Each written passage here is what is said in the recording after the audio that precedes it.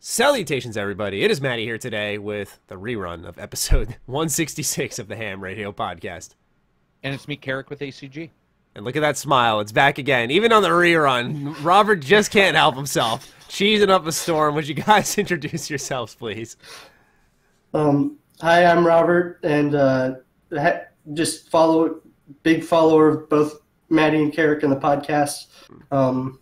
And I've got a friend here who Matty met at QuakeCon.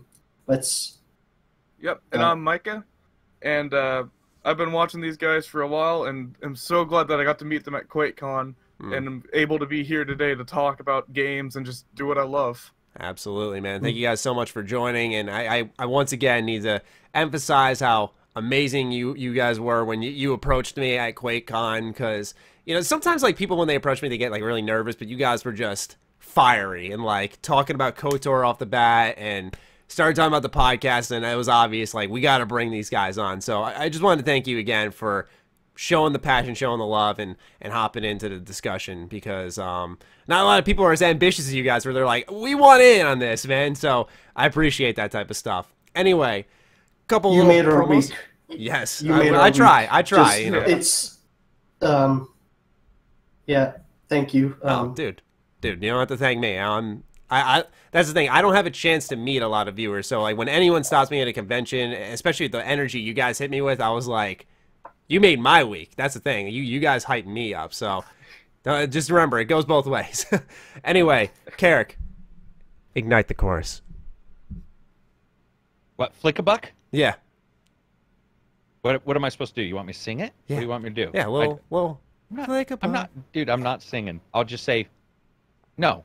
No, you're not gonna sing. I can't sing. I don't know. You're putting me on the spot. I can react. I can't act. It doesn't work that way for me. Not like when I go Flick-a-Buck and you go Flick-a-Buck. Flick-a-Buck. There we go. That's fine, but I can't do it. That's all I'm I asking can't just for. do it with I got react, not act, man. Yeah, all right, that's all I wanted for. Flick-a-Buck at the Patreon. The link is down below. You get access to the Discord. You get involved in the show with your questions being answered as we go through the news together. And on top of that, you have a chance to join the show just like Micah and Robert have here today. And also, let's talk about upcoming content. I'm planning on doing 2018 reviews for Quake Champions and ESO. I like to do those, especially based off the reception of the Elder Scrolls 4 Oblivion review I did for 2018. It seems like a lot of people enjoyed that, wanted more of that content. So I wanted to dive into games that are constantly developing like ESO or have just had a big change like Quake Champions going fully free to play. Also, I'm prepping discussion pieces for Fallout 76. It seems like something's coming sometime in September based off what Game Informer had told us. And that's all I got coming up. Karak, what about you, man? One thing I did forget in the original recording of this was to say that I am, just like Matty, doing much more on Twitch as well. Nothing will ever be subtracted from the YouTube channel, but we do our live international podcast every single Friday, and then there's game impression stuff that I do whenever I get a chance. So you'll see me doing some stuff there. I also have reviews for Donut Country coming up, as well as the new Yakuza game on the 20th. Yeah, speaking of streaming, yeah, I had just hopped back into my first time streaming since For Honor had dropped, so well over a year, about a year and a half. It was really good to be back. I'd played some Quake Champions. It was a couple of viewers that jumped in with me. That was a lot of fun, and I know Robert will be playing some ESO with me when I stream that. Micah, of course, you're more than welcome to join us if you like ESO. You know, that's the thing. I just like to party up with the viewers, interact with you guys. Yeah, I've been needing to get back into it. Oh, there you go. Now's your chance. Now's your chance. Anyway, we have a very decorated list of gaming news this week. It starts off with the TV show Adaptation coming to Vampyr. The following information comes from Nick Santangelo at IGN.com. Another Don't Nod Entertainment game is being adapted as a television show. Fox 21 has been granted the rights to make a Vampyr series. Publisher Focus Home Interactive announced today. The series will be developed by DJ2 Entertainment and Wonderland Sound and Vision. DJ2 previously partnered with Square Enix to produce a show based on Don't Nod's Life is Strange, which I personally wasn't aware of.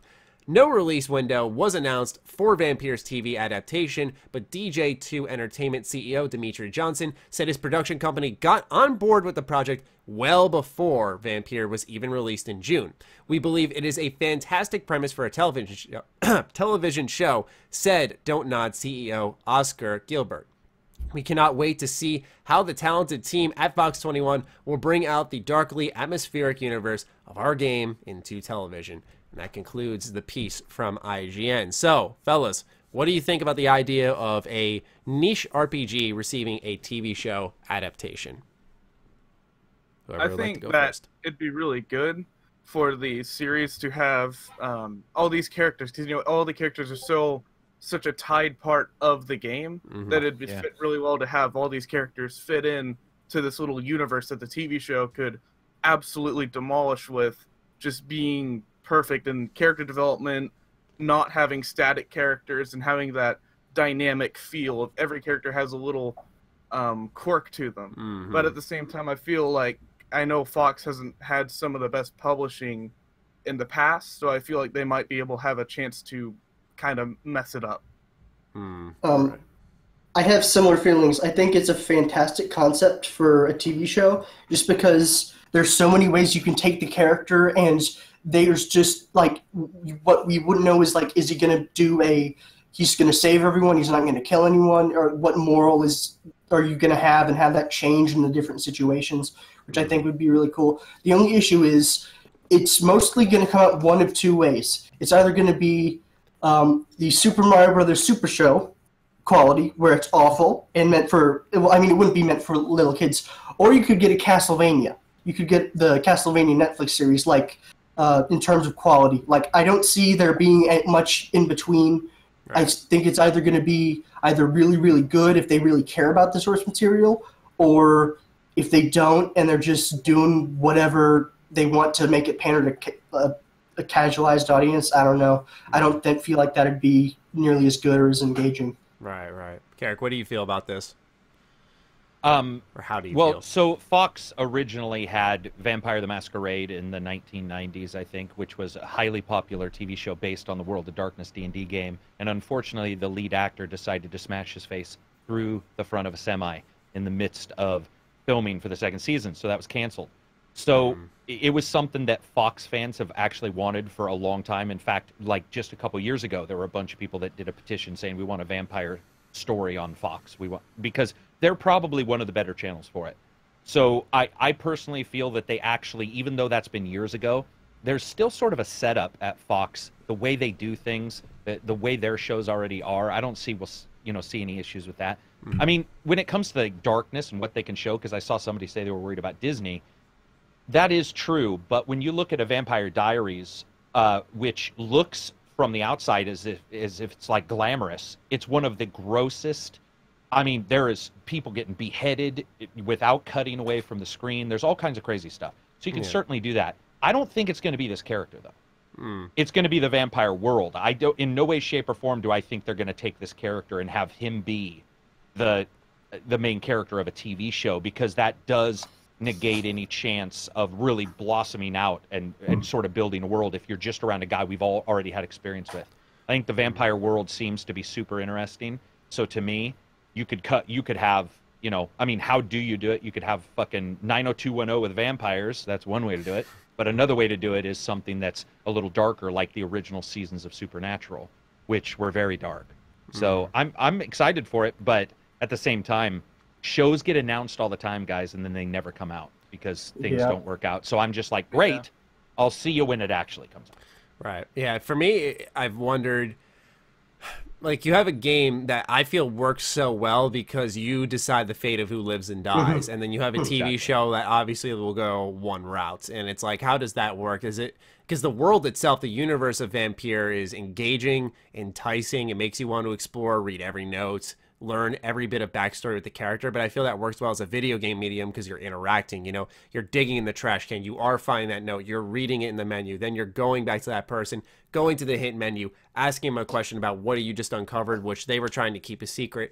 There's something more not dynamic, but engrossing and lovable about that in a video game versus in a TV show. You're just ultimately learning the character's backstory. I feel like Vampyr's greatest strengths come from the fact that it is a video game. That doesn't mean that if you have these great characters in the game that they can't show up on a show equally as interesting. But part of the fun is playing around the universe, deciding who lives and dies. Someone talks to you like, shit, yep, you're dead the second I get my mesmerize level up. As considering Vampyr is still my game of the year at this point in time, I'm personally really excited to see what they do with it. Do I think it's going to be good? I never saw the original Vampire the Masquerade show, where I don't know, based off that, how good their Vampire TV shows were. But what I'm excited about is what this means for the future of the Vampyr series. In fact, XToftX had asked on the Patreon Discord, if this show actually comes to fruition, do you think it will affect the game and Dotenod's future with this IP? So do you think if the show does well, does it stay as a show, or do they now have the ability to invest in doing a Vampyr 2, we'll call it? Because they had based it originally, I just remembered, off of sales. They were like, yeah, if we hit 500,000, it's a success. Yeah. If we hit 1 million, we'll do a sequel. But now they have a TV show, which is increased exposure. So where do you guys stand on this? I'm sure it is, and I'm sure it will. If it did well, it would certainly pay off in some way, because they know they can now connect their TV show. Supernatural, they were talking about Telltale Games taking on Supernatural for a while because of the TV show. So I would certainly assume that that probably offsets a little bit of the requirements that they had originally, because I know they had 500,000, and I don't think they got there. They got very close, so they're probably there now. But they weren't there a couple months ago. So that means they made money, but $1 million was a guaranteed, a guaranteed amount. But the thing is movie contracts are so huge that most likely that made up the other 500,000. Like, I mean, if they do it right, that I don't see. I mean, imagine you're playing watching the show, and suddenly Vampyr 2's commercials playing, and you're like, oh, the TV show, the game. I mean, it's something that I think would completely help them, I guess, in the long run. Yeah, it's interesting. And you were actually touching on Disney acquiring Fox and what that could mean. One of the questions we also had in the Patreon Discord was about Bearded Panda saying, with Disney acquiring Fox, does this branch of Fox fall into the part that is merging with Disney? If so, what are your thoughts on a family-friendly version of Vampyr? So let's say this show is a little more PG. You don't really see him bite the neck, like he goes to bite the neck and it fades to black, stuff along those lines. It wouldn't work, I don't think. Personally, I think that you have to have a certain amount of maturity in order to do a story like that correctly. I also want to say that Disney is able, they have other divisions underneath them that do darker stuff. Like, I know that they own Miramax and put in money to like a bunch of Quentin Tarantino stuff, which shows they can do dark, and they can do really dark. And this might go off topic, but go for it. I feel like talking about this being a TV show makes me realize how much I just want a Knights of the Old Republic show, and do each game is a season, like Game of Thrones style, because they have those directors on some Star Wars project. If they were to come out and say, we're doing a Knights of the Old Republic TV show where one season is every game, and then you do the first 2 games, the Revan book, and then none of the MMO. Just don't touch it. Sorry, that's my personal bias. Don't like the MMO, but I just want that so bad, just because. I'm right there with you. I've said so many times when I see like they do Star Wars Clone Wars, they're doing a season 2 of that, which is pretty hype. Then they do, or not season 2, but they're doing another run of it, and then they did Rebels, and they're doing Resistance. It's like, enough of this fucking Rebel shit, Resistance shit. Like, give me Star Wars The Old Republic, the show. Like, it's an animated show. I'd be all for that. I think that if they give it to the Game of Thrones people, then we'd probably get a live action, which I would like more. But I wouldn't like. Clone Wars has some good stuff, and through Rebels, they've actually brought in a lot of characters that were erased from canon and that people loved, but that are now back. Like, the biggest one is Grand Admiral Thrawn, who was huge in the fandom beforehand. Then when Disney axed canon, he was so popular still that they brought him back into that show, which...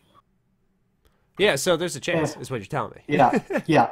Like, that's also in that show, they legitimately have things where it's like, they go to Malachor 5, the Mandalorian War has happened, the Jedi Civil War has happened, they're all in the same time eras. the only things they're like left to say is just like say Darth Revan, and then we know that it's basically canon. Because there's so much in the new canon that is just like, this is canon, because people who were writing it were just huge fans of Knights of the Old Republic, so they're doing as much as they can to make it still count, which I think is a good move by those people. Right. I'm with you, man. You know me. You know I'm with you on getting to go to our show. As for Vampyr, though, I guess we'll see in due time whether or not this adaptation pans out. Did you guys know anything about this Don't Nod and Life is Strange adaptation? No. No. I never looked into Life is Strange personally. Oh, okay. Karak, have you heard about it? No. Yeah, what the fuck? That's like right when it was like when it was mentioned in the IGN article, it was so casual. I'm thinking to myself, when the fuck did this happen? Where did this come from? Yeah, so because then it could become a little more predictable, right? If you've seen they've done it in the past, maybe Vampyr makes a little more sense. Like they're keeping the ball rolling with that. But what I'd wanted to take away from this part of the announcement was that CEO Dimitri Johnson had actually said that the production company had got on board well before Vampyr was even released.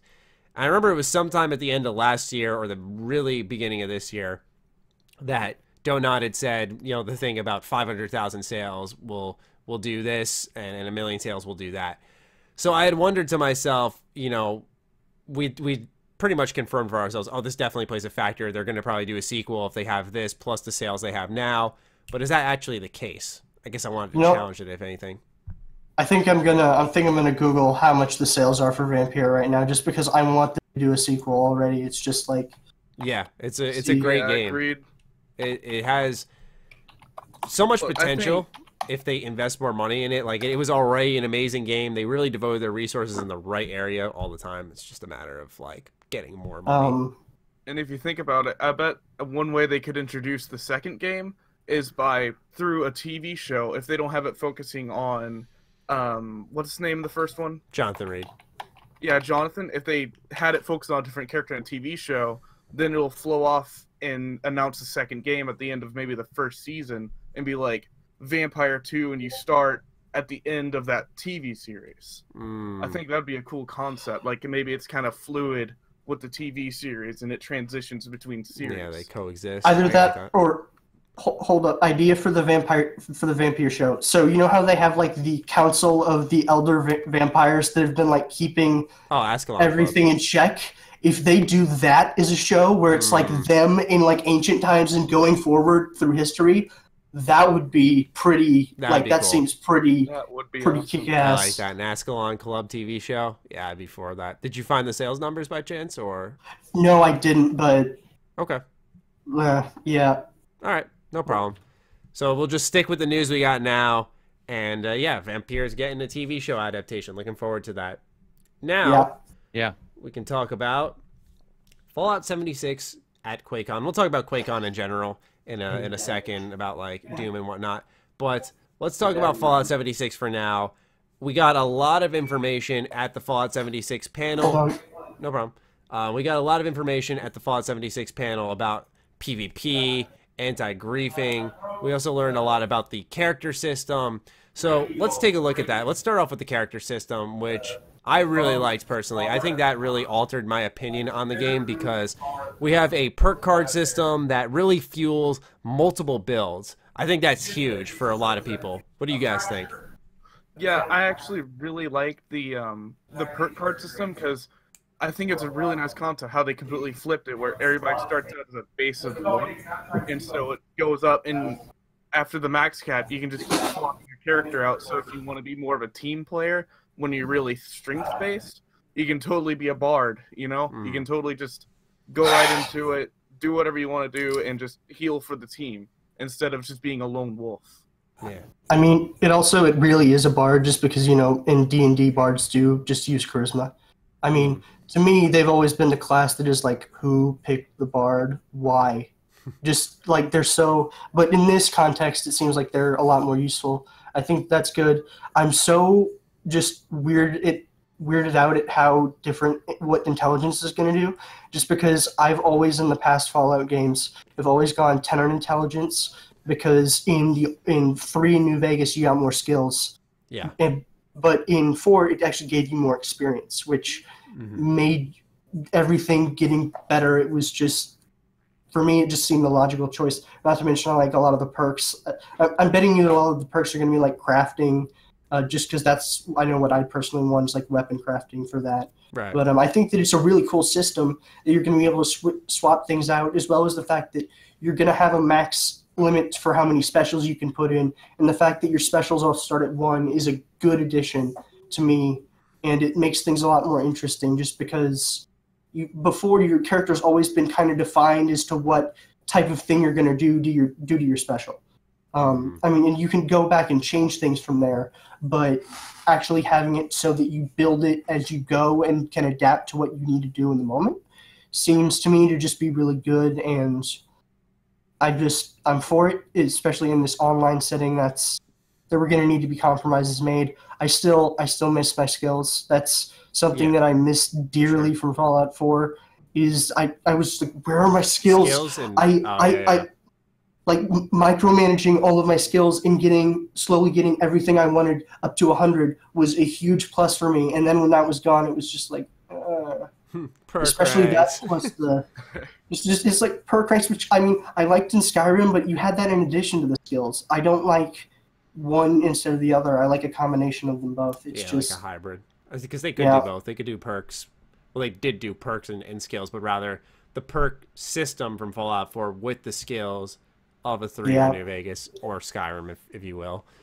Micah, what do you think about this new leveling system in Fallout 76?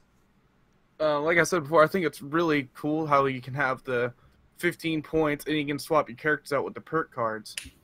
I think one thing is, or if I just go a little bit off topic, go for it. The one thing I wish they explained more was the VATS, because I'm still trying to figure out how that works exactly, because they said it was perception based, but I'm wondering how does it slow down time, because it can't slow down on NPCs. It is real time, and you can't pick body parts. You just select them, and it's the whole body.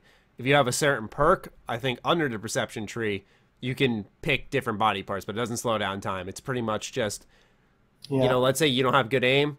You bring up your VATS on this guy who's running away from you. You select him a bunch of times, spend all your action points, and just hope you pop him from a distance. That's pretty much how it works, yeah.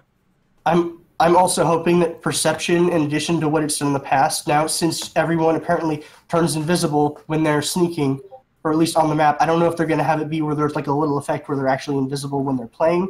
If that's the case, perception should make it so that it's a lot easier to notice them.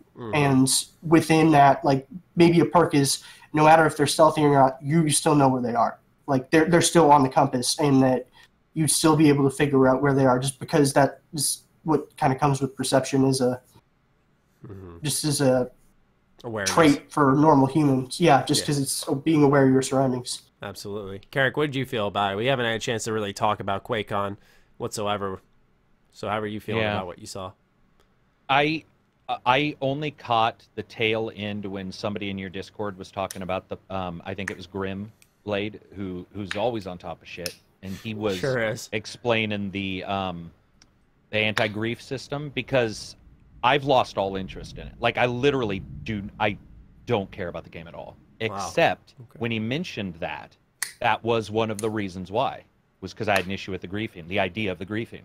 And so it was very interesting to hear how they're doing that, and that certainly made me much more interested in the game as a whole. And I like the idea of it. I don't think it's perfect. I don't think any system's perfect for griefing, because of the way humans are so good and adaptable at fucking up your day. That's what we're about. So I loved that. I didn't see anything about skills. I unfortunately didn't really watch anything about like I'm listening to you guys, but I would have to see a video to sort of put it all together in my head. VATS was another thing I had a question for. I'm going to be honest, I thought it was probably not going to be there. So even if it's there in real time, I think that's cool. It certainly made my interest go up, because I mean, I don't think anybody's really surprised by me saying it had gone away. And it had gone away just because it was so, I got so tired of not knowing. So when they did say they were going to show something, I'm going to be brutally honest, I thought they were lying. Like I did. I just thought they're lying. They're not going to they're going to do the typical thing. And instead, it sounds like they showed a bunch. And I think that's awesome. Like, I don't think it's still anything that interests me, but I think overall, it looks like they're doing a far better job than I think a lot of us worried about. because I don't want a game to fail, even if I don't want to jump in. Yeah. I don't want it to fail ever. And the idea of an online is what I want. Like, I like that. But I have a question. NPCs. None. Are they there? Are they not there? No, they're not. Zip. Which is a shame. Yeah, it's a shame, but man. Yeah, I understand. Yeah. Well, they've said that there might be like robots there that you can talk to. Well, robot's an NPC. They can call it what the fuck they want. A talking dog could be an NPC. They've said that there might be robots that I think I've heard Todd in some way mention that you can get quests from robots, or I don't know why they're possibly not putting people and they're going to put robots, but whatever. That'll be cool. Yeah, I want things to bounce off of in a game like that. Sorry, but that's like half the reason why I liked the original game was the NPCs. The other, to me, the entire highlight of that showcase was when Todd said that there was the guy in their office who went out into the middle of the road. He had a tuba and set up, just to get at griefers, he set up just turrets in the bushes surrounding him and was just sitting there playing a tuba. And then as soon as someone, because the way you initiate, Karak, I don't know if you heard this, but the only way you can initiate is if you shoot at someone and they shoot back at you. Yeah. So they shoot him, and then the turrets go apeshit, and they're all dead. And he's just sitting there playing a tuba. It was a great little story that they had up there, as well as the fact that you can have mutations now is so cool. Yeah, I hate that cool. But the thing is, I hate that they have to talk about it. They can't just show it. You know, even something stupid like that.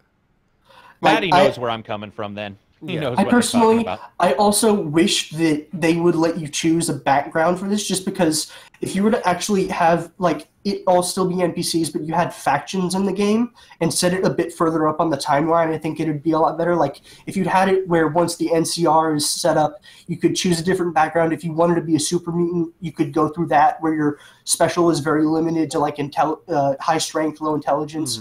I think that'd be cool. Or you could be a ghoul, or like be trained by the NCR, and all of those with different start out points with different skills and stuff. I think that'd be super really mutants cool. and ghouls in the game. So I know, but like I just wish you could be one. Like that was, I had an idea for a Fallout Online personally.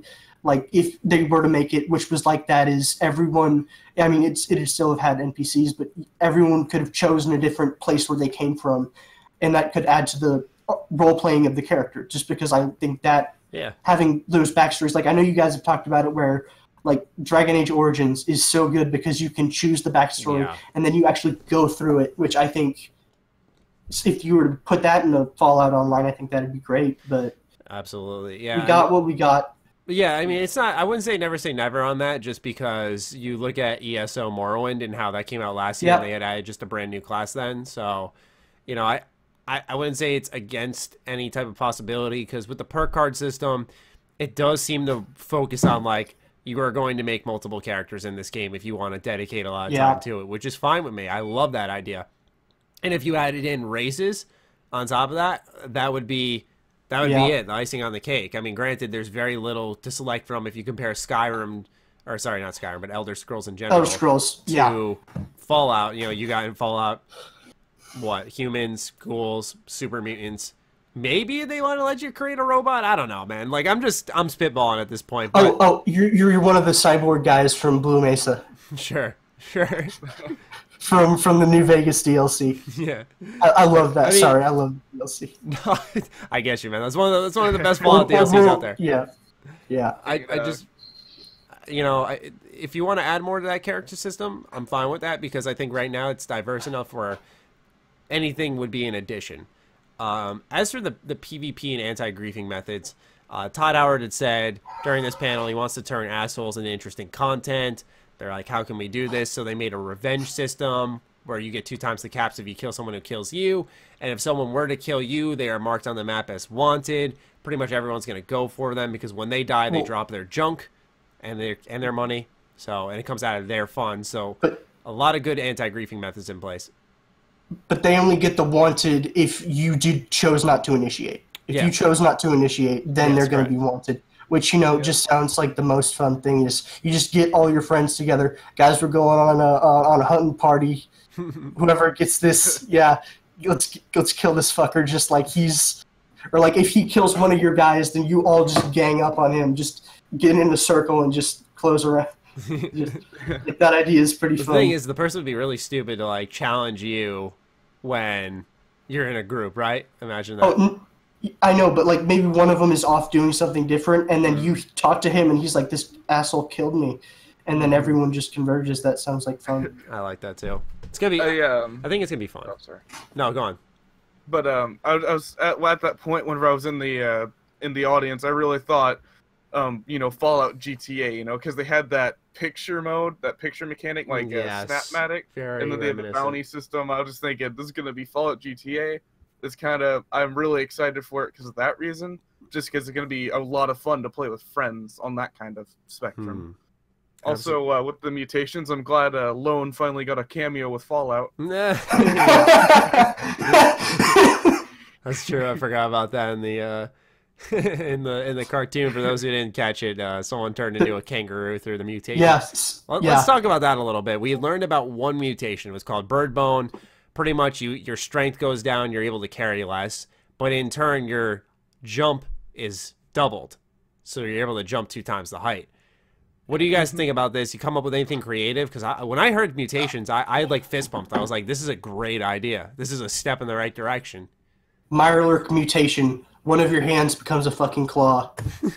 Breathe underwater a little bit longer. And you get tons of melee damage. I like that. That's a good idea. And a shell, and damage resistance, because your body starts to become like a carapace, so you have like armor on you as well. But your agility is so greatly reduced. That's the thing they got to show in game though, because it's like, do they just say like, congrats, you've earned a mutation? Because in the little cartoon video, you see him turning and like his face is changing. Does that happen in 76, or is it just like a little stat thing? Yeah, I remember earlier in one of their earlier, I think it was at E3, they were saying that some mutations do actually show on the character, but most of them are just going to be bonuses. Oh. And also, in addition to the Mirelurk, one of the bad side effects could be you need to drink water more often. Yeah. Or go into the water for like breathing every once in a while. Oh, Cazador. Cazador, do you have a Cazador stinger? No. The worst enemies from Vegas. The worst, no. Fire ants. No. Fire ant. You know where the fire ants from Vegas literally shoot, where you could shoot, they shot fire from their mouths. Your head, you grow antennae and can shoot flames from your mouth. I love how Would that not be amazing? Would that not be? Oh, but you have to eat really sweet things. You have a craving where if you don't eat enough sweet things, over time your stats will start to go down. Hi, man. I mean, I like these ideas. I like them. I don't know the chances of Bethesda saying, "Hey, go eat a bunch of candy so you can shoot flames out of your mouth in Fallout 76." But Todd Howard sounds legit. Yeah, mutation Build-A-Bear workshop. Deathclaw. Let's talk about other parts of QuakeCon. You guys really wanted to talk about Doom Eternal, so go nuts. I understand the last Doom game, I was so hyped for it going in, and it completely hit and in certain ways surpassed my expectations. I love that game to death. Played it through like 5 times the first summer it came out. It was the first game I ever had 100% of the achievements for on Steam until they updated it with the multiplayer DLC and ruined that. And I just wouldn't get that because that's not the part of the game that I give a shit about. But love Doom, so going into this next one, I was like, how can they improve this? Oh, you put a meat hook onto the super shotgun and you can parkour doing that? The plasma gun looks like the old plasma gun. You've added a ton of things where you can just shoot parts of the demon off. Just adding, making him like a predator, where he's got a wrist blade and a shoulder cannon. It's not just a grenade launcher. No, it's also a fucking flamethrower. That is just like, everything is just like, it doesn't go from 10 to 11. It's taken it from 10 to 13, and it's faster. It's just a little 2-point increase.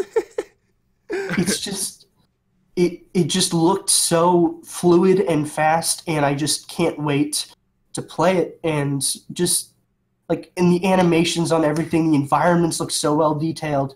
They kept in the presentation, they kept talking about how the one Hugo just kept saying, there are stories in this, there's a story behind this guy. We're building a lot more lore. He went out of his way to say, if you like to look for the lore in this one, we're going to make it worth your while here, which to me was fantastic. just because I, on like my second or third, went and started looking through the second or third playthrough of the original Doom, or Doom 2016. I started looking through the codex and found a lot of cool lore and little tidbits on the story there. And I love that stuff. So I'm just so hyped for this. On the other end of the spectrum, we've got Karak, who wasn't especially as thrilled. No, not at all. I don't know why. Let's have a clashing of the titans here. it just, I mean, it was, I mean, it is a good, I don't personally feel that it was faster. I feel that not only was it slower, it was a good deal slower. But I think that a lot of that was because they picked a poor difficulty to play on for the video. It looked like they probably picked the lowest, or maybe one step above the lowest difficulty. The enemies weren't doing anything. Yeah. And I think that for me, the big challenge for me in the original Doom was that the enemies were quite mobile and quite dangerous at times, and you could get yourself fucked over if you weren't paying attention in the original 2016 Doom pretty easily. And that one didn't show that. That doesn't mean it's not going to be that way. It's something I've said in Discord, is that it didn't wow me at all, but that doesn't mean that like 2016's Doom wowed me on their show. Yeah. It's more about what I get and how I play it. I like the idea of the open world. I think when they walked outside and you see the burning city and stuff, like that all looked cool. But the moment they did anything, it just looked glacially slow until later they grabbed the mouse and keyboard and they were playing, and that looked a little faster, but the enemies just were not doing anything. Yeah. I mean, I don't know if that's a part of what was going on with the AI and they haven't set it up yet, but if you look at Rage, for example, the Rage 2, you see Rage 2. Yeah, so you see Rage 2, and then you see Doom, and you're like, the difference between the two is pretty dramatic in how one looks really action-y and movements, and the other one didn't. So to me, I just chalk it up to a trailer that didn't speak to me and a game that'll probably be fantastic. Like, I don't worry too much about it. Too much. I will say, textures, sorry, some of them look like dump, which is why there was somebody who tweeted right after it got posted saying, oh, apparently it's for sure coming to the Switch, because those have to be Switch textures. And I gotta say, a couple of them looked horrendous. Other than that, I think it'll probably be awesome. I mean, the original was incredible. I don't see how they'd fuck it up. Yeah. Right? Like, that's my, I mean, that's the big worry I have, is that somehow they do, but I just don't see. They could, the open world could confuse them. You know, or not honestly, open world, but bigger world. Yeah, I looked at that, and that's it definitely didn't look like an open world to me. It just looked like bigger levels, because it looked like they're going back to, like, they're going, like, just how in Doom 1 to Doom 2 took things from being smaller levels, slightly slower speed, not as many weapons. Doom 2 is like, everything's bigger, everything's better, you have new enemies, moving slightly faster, and I feel like that's what they're doing with this one, is they're just adding on more, making it better. And I have to say, it definitely was on the lowest difficulty, and it looked like they had, like, invincibility turned on. It did, didn't it? Their armor went down. Like, I watched that trailer just a few times, just because it just keeps getting better for me. Like, everything I notice, I think a lot of it was just the choices they made during the trailer. Yeah. At least for me, that's what I'm hoping. Because I know that, Sorry, one thing that I was really excited for, I don't think anybody else really talked about, was the Dark Souls-esque kind of world invasions. I really like that idea, where other players can invade as some kind of like special demon and just invade your world and ruin everything. But you also have the option to turn it off. I think that's a really key point, is being able to turn it off as well. Yeah, that'd be great. That could be great. Like, that's... I just hope that they scrap multiplayer in this one. I'm just like, I hope that they're like, no, we have Quake now. Like, there's no reason, because the last multiplayer was such a tacked on game that felt less like Quake and more like Halo, and that's just a sin for id. And I know id didn't even develop the main multiplayer part of the last Doom. It just felt like it wasn't the same game. It felt a lot slower, and it just wasn't the draw. Anyone who played that knew it was a single player experience at heart, and that it really wanted to to do what the old Dooms did well, and I think it recaptured that perfectly. I'll do you one better and say, I don't hope they don't do it. I hope that they feel the same way and they make 2 multiplayer amazing. Oh. If they make the multiplayer for this game amazing, I would be much happier than if they said, let's not do it. Because I don't think Quake Champions is some kind of magical thing that stops them from doing a Doom deathmatch. I think I agree with everything you're saying for sure with the multiplayer. Here's for this. sure. Yeah, because Doom Eternal will have on console. You go. Oh yeah, Quake is only PC. Yeah, true. That's the issue. Doom Eternal will have competitive multiplayer that's different from Doom 2016. Id Software is developing Doom's Eternal multiplayer mode in-house this time. Okay, that's good. That's all very positive, just because that sounds like it fixes everything that they did. Because id, like, I've watched so many, like, just interviews with the guys up top, and they really know what they're talking about with this. And, like, they talked about how, especially for, like, the difficulty in terms of how to stay aggressive in that, they, as an office, played Bloodborne, and we like how you feel like you have to keep pushing forward and keep hitting them in order to stay alive and in order to be good at it. And I think it definitely showed in the last game. And to me, it just looked like they were giving you more tools, which, I mean, I'm just hyped for. Just really hyped. No, I'm excited for it as well. My biggest concern was I even heard it when I was sitting in the crowd. Like, people were starting to comment as the gameplay demo went on, like, okay, I'm already seeing from Doom 1 the same old, not same old animations, but one of my biggest gripes with Doom, I should start off with, is that I felt the glory kills by the 16th hour. When I had finished it, I was like, all right, it's kind of feeling samey at this point, which I know some people, you know, when I made a video about Doom Eternal, what I hope to see at the gameplay reveal, there were people who were like, how the fuck could you say Doom was boring? Like, there were just people who were very upset at the fact that I had a different opinion than them and that I used Doom and boring in the same sentence, and I did not include is not.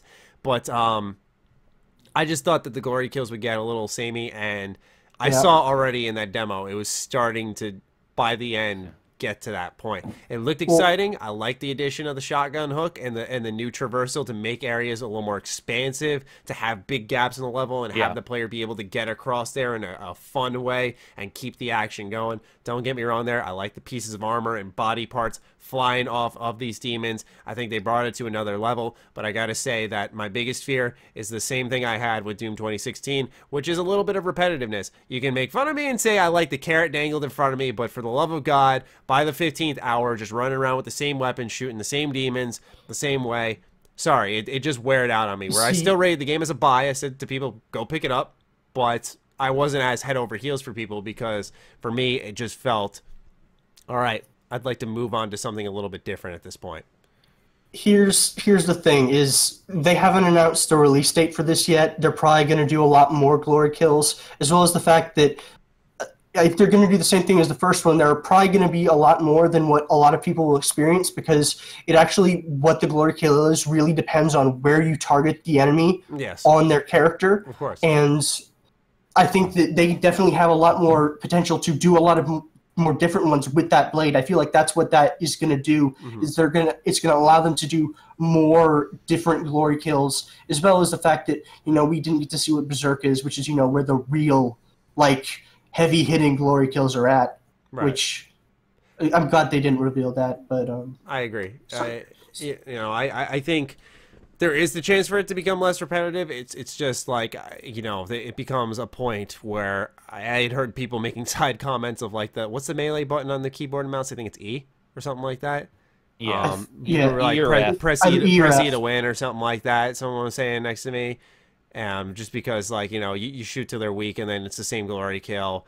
That's just, I'm kind of putting out there what I had heard. You know, I speak for myself on one end, but, you know, I was hearing other people around me still starting to get a little like, okay, you know, it's already feeling like, yes, it's Doom on a little bit bigger scale. I like the idea of a Doom universe, but I think what Doom 2016 had working for it that this one didn't is that we obviously had Fallout 4 coming out or being revealed that year, and Doom was like oh shit, this is actually really cool looking.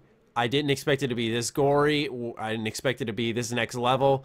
And then when it came out, the next surprise was that, holy crap, the single player story is actually, you know, it's really fun to be a part of. And now the expectation is there for that with Doom Eternal, where, you know, does it sneak its way into the 9s, 10s yet again? With that expectation, when maybe there's change, but is there enough change? That's just my thing. I'm just trying to be on the in the middle here because I loved what I saw. I was a part of the crowd at QuakeCon. I was getting hyped with everyone else. But I just want to keep in mind that we probably got like a good, let's say, 8 months till this game. I'm just guessing because I think they said spring 2019. So I'm guessing then. And it's like things could change. Things could be added. So I'm just giving my honest feedback. Well, I mean, they definitely didn't show all the guns, and they didn't For sure. show... They in no way showed all the demons, which I think is also another thing that's really cool, is they said double the demons and all that stuff. Also, I know you got bored at the end of it. I have a different point of view where for me, at the end of it, it wasn't that you weren't getting any new guns. I know that bored you, but for me, at that point, allowing me to truly master the ones I had and get all the upgrades for all the weapon modules, to the point where in like the final level of that game, you have everything and you were just stomping on every single thing that might have been giving you shit earlier. That just feels like the final level of the power fantasy that Doom is. Right. And I really like that. And I get that totally. That's the thing, is like I don't disagree with people having that level of enjoyment. I totally understand why. Just for me, I think it just didn't click at the end. That's pretty much all it boils down to. But yeah, that's all our QuakeCon stuff. Sorry if I've been talking too much. Oh, dude, no. Oh, no, you're good. We love it when our guests come on and they talk. Go figure, right? All right, so I titled this part of the news that I had typed out, "What the fuck is going on? Sniper Ghost Warrior magically gets another entry in the series."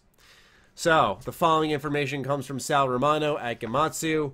Sniper Ghost Warrior Contracts takes its genre-defining sniping gameplay to the harsh climates of the Siberian wilderness and introduces a brand new way to play, the Contract system. This game features both single-player and multiplayer modes and is set to release on PC, PS4, Xbox One in 2019. Drawing upon community feedback, Contracts delivers tense, mission-based scenarios in CI Games' best sniping ever. This is thanks to all the new contract systems, which takes a step back from Sniper Ghost Warrior 3's open world. In this single-player campaign, players dive headfirst into the tailor-made contract missions that offer a clear main objective with a fixed monetary reward, and have the option to complete secondary objectives for bonus payouts. Feel like you can do better? Jump back in, tackle the mission from a different angle. Players can repeat every contract to earn more money. All right. First thing I'd just like to say is, our genre-defining gameplay. Just the fact that they had the balls to say, we have defined this genre, when, sniping has been around in video games for nearly as long as the first-person shooter has. And I'd say, if you're going to go with one of these types of games that focuses on sniping that's really defined and how it is, I'd say it's Sniper Elite that's done that. Because that has defined a lot of stuff with just the different ways you can get all the weird kills with the different body parts and all that. It feels like this is definitely the lower tier copycat, and now you're going to say, we defined this. It's just... Right. I get that. Especially, they're talking like this is so good when all of their past games have just been, I know for 3 especially, were just buggy, shitty in terms of everything. It's just, what... Coming from two guys who reviewed it, trust me. Who greenlit this? I don't know. Who thought that these last games deserved another shot? Well, that's why I titled it, like, magically gets another entry, because I don't know how the fuck it must be making some type of money. This is like the 4th Sniper Ghost Warrior game they've done, right? Wouldn't you say? I never really got into it. I never really liked the sniper games, but that game I just saw it on the shelf at like a game store. I always thought, it looked like one of those games that you look at and you're like, it's not going to be good when you see it. Yeah. Dude. Because, Karak, what do you think about this? Because you and I, we still talked about to this day how laughable we found Sniper Ghost Warrior 3. Like, 3-minute long load times, really boring open world, awful story. This genre-defining sniper gameplay that was just horrendous. What do you think about it getting another entry? I did look in February of 2018. It had sold 1 million. So that's a good number. That has sold 1 million, but Vampyr has not. That's sorry for interrupting, but that's just an injustice. Like. what is also, I think I'm going to have to Prayers. relocate for just a second here. I'll be right back. So yeah, so it sold 1 million copies. I think that it is one of the problems that like you and I've dealt with when we talk about reviews, where some people just look at a magazine. They don't look at reviews. They see a magazine, they see a commercial, and a commercial shows a sniper game, and they're going to show the best parts, and you know those people run out there and get it. I also don't behoove anybody who had enjoyment during that title and played it and had a good time, because there were some fun times in it. It does also show something that's skewed, that we've seen come up in a couple psychological studies for gamers, which is that as more and more games are introduced, gamers are starting to ignore bugs more as long as they're enjoying the story or enjoying the gameplay. Right. And this is something that's that. sort of, you know, and so do I. So I do get it. I had a ton of bugs. I don't think it's a great game. But I also don't at all have a problem with them saying what they said in PR, because that's just PR speech. Like, you could say this. As ACG said, the game absolutely sucks. But guess what? We're making a 4th one. Like, that would make no sense from a PR standpoint. That's true. So They gotta talk instead, themselves up. they got to tuck themselves up. Yeah, right? Like, and you and I've made mistakes, and we still talk ourselves up. So to me, True. I think it makes sense. It's crazy. I wouldn't, if you had told me that was going to sell 1 million copies when you and I were tweeting each other, just going, "What the fuck am I playing?" Yeah. Then that would have probably had me thinking the person was a liar. But it did. Sold 1 million. So that's more than enough for a sequel on blows those me games away. too, because it does not cost a lot to make, I bet, if Yeah. you look at what they're doing. That's true. That's true. You just gotta wonder, man. Like, if they have a series that's clearly ain't reviewed horribly, like, I don't think I've seen them score above a 6. Okay, and you have. I get that it's a business, right? So if they're making money, they could get a 4 for all they care. Right. You Yeah. just gotta wonder, man. Like, what comes to a point where they go, okay, like, let's make something not garbage. Because let's say they took more of the indie approach and they were like, let's go more into art style. Let's try to make something a little more unique, maybe 2D. Yeah. They could suddenly become a more lucrative game developer and make an actual piece of art instead of what the Sniper series has always been, which I don't think was very good. Maybe I'm being harsh on it, because anytime I talk about it being bad, there is always someone who goes, well, I have a friend who plays it and loves it, or I actually have played it and I don't think it's as bad. You know, like, there's always those people, which I don't have an issue with either. It's just like, I think there is a crowd of people who just enjoys the Sniper games. I like Sniper Elite. I didn't think 4 was that great either, to tell you the truth, but it had some issues. Yeah, but you know, I think there's just people who love Sniper games. Let me read you this stuff. This is OpenCritic. By the way, if you're going to Metacritic, you're not getting the actual real scores. You want to go to OpenCritic, which doesn't weigh IGN more than Mr. Matty. Also, OpenCritic follows YouTubers and allows their reviews to be scored. 53%. So it's 53% is the OpenCritic's number for Sniper Ghost Warrior 3. And here's some of the stats, because they have a ton of stats. It's such a great website. Wow. Sniper Ghost Warrior 3 is in the bottom 9.1% of games scored on all of OpenCritic.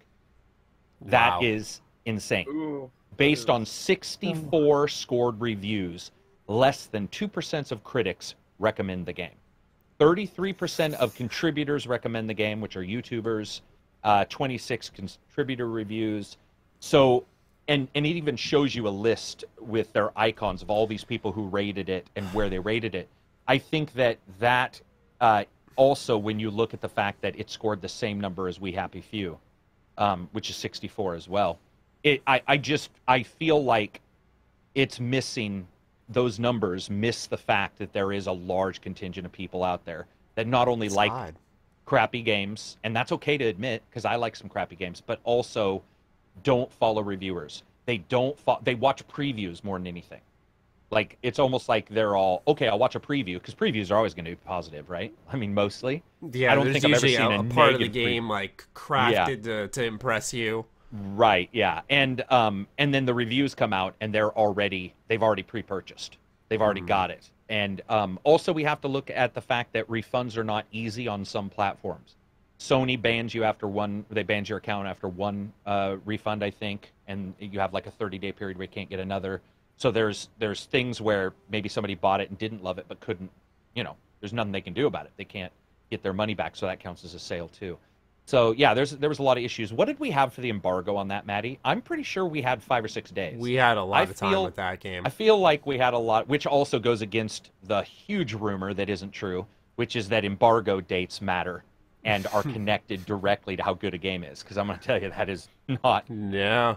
We had a few we had over a week. Yeah, you know, and I'm just like, this game's not good. Yeah, it doesn't take longer than a couple hours to go, uh-oh. Yeah, and then you're like, I'm in for, and then I looked it up. I was like, I wonder how long it is to beat this game. And like, they're like, developers say it's about a 25-hour game. I'm like, at hour 4, I'm like, oh, fuck. Yeah. I'm in for a long wild ride. Smell the trouble. Yeah, exactly, dude. You just can smell it. If they do well, I'll be all over it, because there were parts of Sniper 3 I liked. There were some, battles that I thought were fun. Their AI was not very good.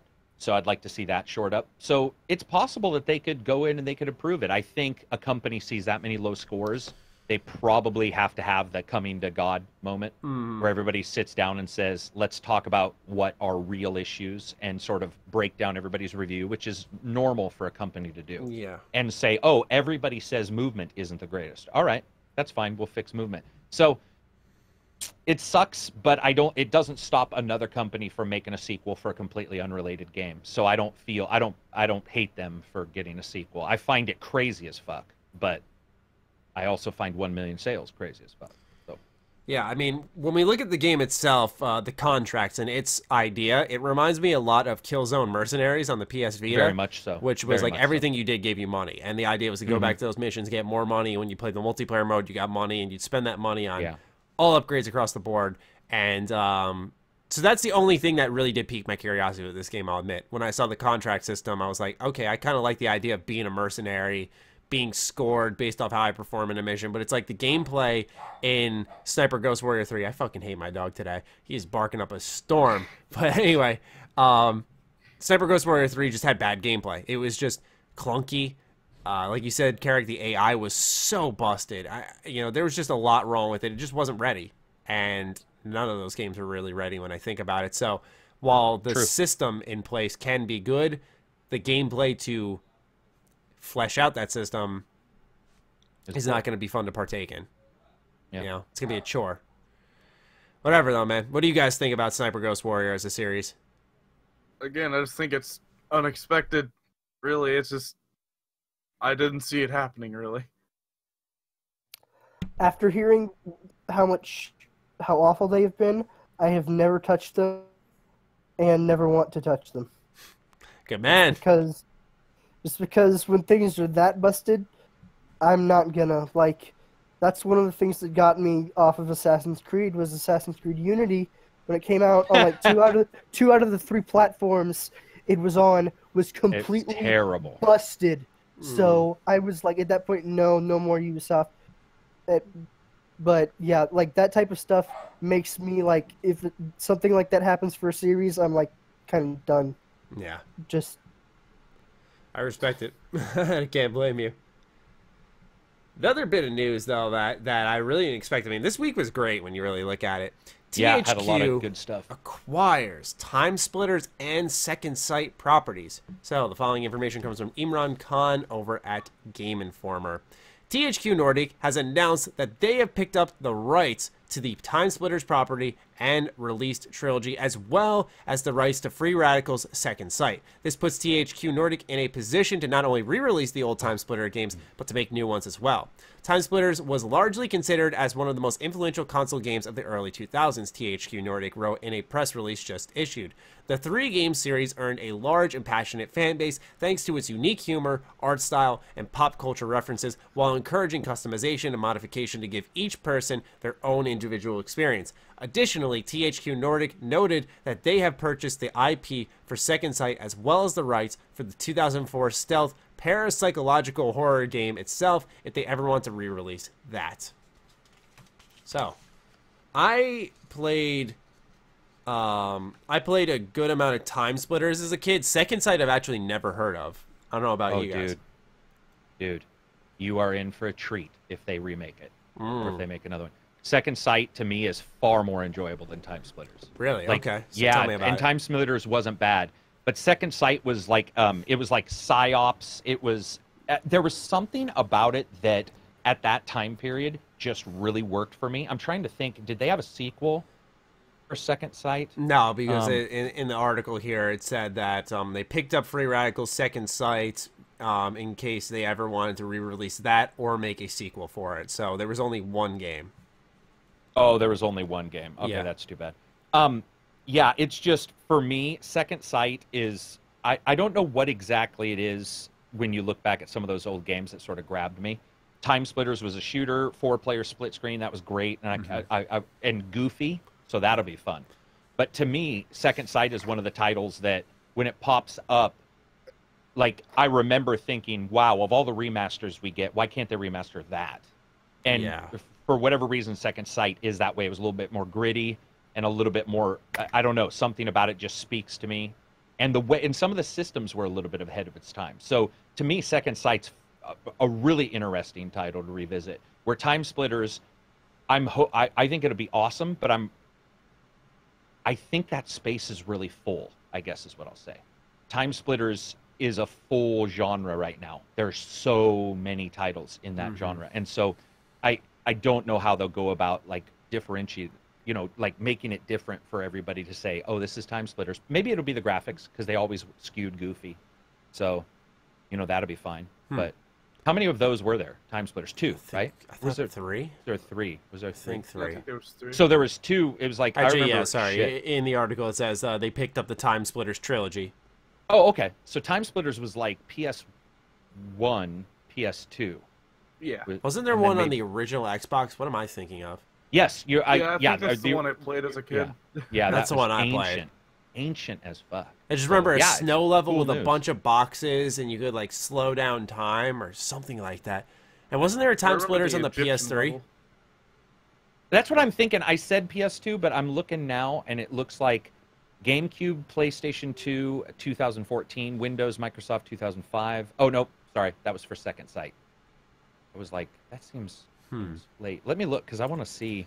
Yeah, because I think that the cover was like a guy with an orange kind of Yep. filter on his mask or something like that. Well, 2000 was the original. Wow. Holy shit. Yeah. So these are ancient, man. Oh, I forgot about the monkeys. And the fact that it had the map maker, which was cool. Interesting. I imagine what we can expect while Karak looks that up is that Yeah, for sure. THQ has a history when you look at Red Faction, Darksiders. They re-release pretty much anything that's come out from that series before they make a new entry. I imagine they've picked up Timesplitters, they've picked up Second Sight. They are going to, within a year or two, you're going to see both the trilogy of Timesplitters and Second Sight come back, I think. I think that's a safe bet just based off THQ has historically bought a property, re-release shit, and then they've started work on new stuff. You know, so that's just my take on it, which is good because I wouldn't mind going back to the Timesplitters series. Dan actually asked from the patron Discord, would you rather see a Timesplitters 4 or a Second Sight 2 first? Now, as I've only played Timesplitters, I'm going to have to go with that, but I'd like to hear Robert, Micah, Karak, whoever would like to go first. What do you want to see first? Personally, I really didn't play much of either one because I didn't even know about Second Sight until now. And for Timesplitters, I only played like 5 minutes as a kid. I think it was the original one where it was a Egyptian level and I didn't know what to do. But, yeah, and that's my only thing. So I can't really give an input on this. Okay, Robert, it's up to you. See, I never played either of these either, but from what Karak has said about Second Sight and the fact that it never got a sequel when it sounds like it really deserved one, let's give that one another shot first. Okay, I like the perspective. Karak, what about you? And now it just dawned on me why I liked Second Sight so much. I was looking at the wiki and it reminded me. It's because it feels like Batman Arkham Asylum, and way before Batman Arkham Asylum came out, because it was that's introducing. a definite vote.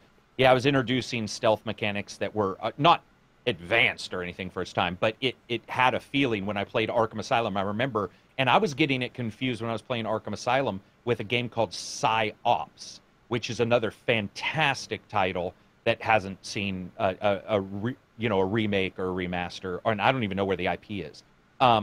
So yeah, to me, it reminded me a lot of Asylum, which is why I liked it. I definitely would like to see that first. I think Timesplitters is great, but I don't know. Like I said, it just feels busy in that genre. And that could just be me, but it feels like if somebody said Timesplitters, you'd have to really do something crazy to make it sort of stand out. And I'm not 100% sure I want them to. Like, I sort of like it when a company doesn't have to have one amazing feature, right? Yeah. It's just a solid title. I agree. I don't know why that sort of bothers me a little bit, but it's like I'd let that one mature for a while. Well, maybe look at different technology. Here's the thing: is I think they will do Second Sight 2 first, if anything, because as I read the description of a 2004 stealth parapsychological horror game, that sounds more up the alley and less cluttered, and it actually leads us into a question that can kind of help us decipher where both games could be at in a modern setting. So Paper Bag Crusher asks, Timesplitters was a very goofy/funny game, and the limited graphics at the time enhanced its charm. When you really think about it, other than the crazy costume-like character designs, some of the rendering was fairly realistic in some aspects for the time compared to other console games of 2005. The lower fidelity allowed them to mix realistic-ish realistic-ish with cartoon graphics. Could it use higher fidelity graphics of today and maintain its charm yet not freak people out, or do we think it needs a more unique art style? I think, considering that there is this identity, there is this association of goofiness, of funny, but yet working off that with its own charm, I think they are going to have to find a new art style, something akin to a Dishonored, a Bioshock perhaps, with We Happy Few, you know, that kind of goofy, crazy, but yet you can make character models look funny. Like, you can have people in We Happy Few with legs a mile long, but it still looks natural. I think that's the type of art style they are going to have to research, which takes a lot more time, where I think with Second Sight, I imagine we're going to see that sooner because it's building on something that's already there. And this is going off someone who's never seen the game. I'm just going, if it's a 2004 stealth psychological horror game, I imagine there's more that you could work with modern tech to get a game up and running than rethinking the entire presentation of another series that's had multiple entries.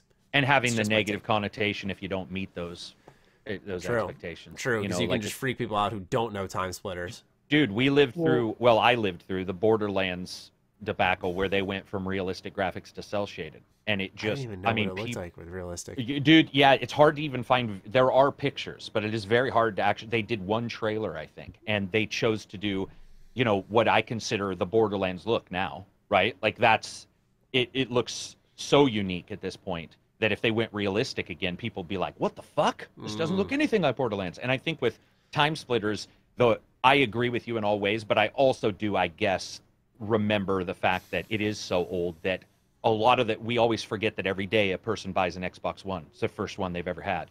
And so they don't have the history we have. So they might be cool with it. But I agree with you. It'd take a lot to, if they care to get that art style up and running, it takes a long time to really, I mean, if you listen to Ken Levine talk about like Bioshock and trying to push everybody's faces out just a little more than they really are and accentuate everything, that art style takes years to develop. That's true. Yeah, Maddie, just from what I've heard about Timesplitters, it's a first-person shooter where your character has time powers, correct? Is that some... Yes. Well, and it's cartoony, and that kind of sounds like in terms of similar to the character Tracer, so possibly give it maybe an Overwatch-ish that wouldn't be bad. Visual style. That wouldn't be bad at all, no. That makes sense. Yeah. Like that type of art style sounds like what would work, though. That cartoon yet realistic, right? Like, in a way, Overwatch's characters are believable. The way they're designed, their animations, their acts, their voices, it all brings the character to life. And the art style is a big part of that. So I think that, yes, or the art style, rather, does not negatively impact the bringing to life of these characters. And so I think that's what they're going to have to research out, which, like I said, that takes time. That's not something you just make a willy-nilly decision on. That's like the first thing that happens when a trailer rolls, you see the game. You know what I'm saying? Like, you see what's there. And first look is everything for a lot of people. If they don't like what they see right off the bat, they're probably not coming back. So they got to get that right if they plan on making another one. And since that is the case, I think that'll take longer to do than a Second Sight, we'll call it. Agreed. Yeah. And I just looked at Second Sight. I just looked up screenshots and gameplay, and it looks really cool. Like I'm reminded by Manhunt in a way, and I think it's really cool seeing the abilities being used and just seeing all what you can do in it. It's really what looked kind of advanced to me for an older game. Yeah, definitely. Yeah. Karak, when you said it was Arkham Asylum-ish, I instantly piqued my interest just because that's, for me, by far my favorite Arkham game, and I love that game. More than City? Except for Asylum. I like Asylum. Yeah, I know. You said your favorite more than City? Yes.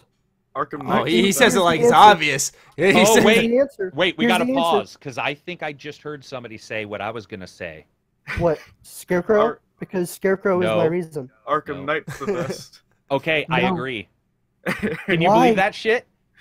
If you ignore the technical stuff, and you don't have to anymore, but if you ignore its launch and I know the Batmobile pissed everybody off, I don't know what it is about Arkham Knight, but I would agree, and I just replayed them for the Walking the Walks. And Asylum, it started to feel really cumbersome, especially at the ending hours. The ending sucks. Origins I get liked more than most. City I liked a lot. But Knight, I don't know why. Actually, I'd be interested in why do you like it the best? Oh, I was just joking, but the one problem I I'm have... the only one. I'm sorry. I'm the only one. I'll always say I like Knight. I stopped playing The Witcher like 3 Knight. because I like Knight. I'll say that much. There we go. Maddie and I fist bump. I like Cool. Knight. I like Knight. I just think because let me give you some. I'm a big Batman fan, and that game did for me the best justice to one of, if not my favorite villains in all of comic books, that being Scarecrow. That truly did him justice in a way that nothing else really has outside of the comic books, because I think those sequences are so perfect and they're just fantastic. What game are you talking about? Asylum. Arkham Asylum. You're not talking about the Scarecrow stuff in Arkham Knight? No, in Arkham Knight, here's the thing with Scarecrow in Arkham Knight. He doesn't really do anything. He sits in the back and just talks. He doesn't interact with you at all. You don't have those freaky sequences with the dream stuff. You only have the very beginning of the game, and even then, it felt a heck of a lot less intimidating than the ones in Asylum for me. Fair enough. Like I the did- fact. But don't you see certain characters die and you think they're dead because of the Scarecrow toxins and stuff? Like if I remember correctly, it's like I thought that fucked with me more than the sequence of stealth, which I. And thought I'm a was John little... Noble fan, so when he showed I up like as Arkham Knight, or when he showed up as Scarecrow in Arkham Knight, I was just like, I don't know what it was. It could have just been that I really like the voice actors.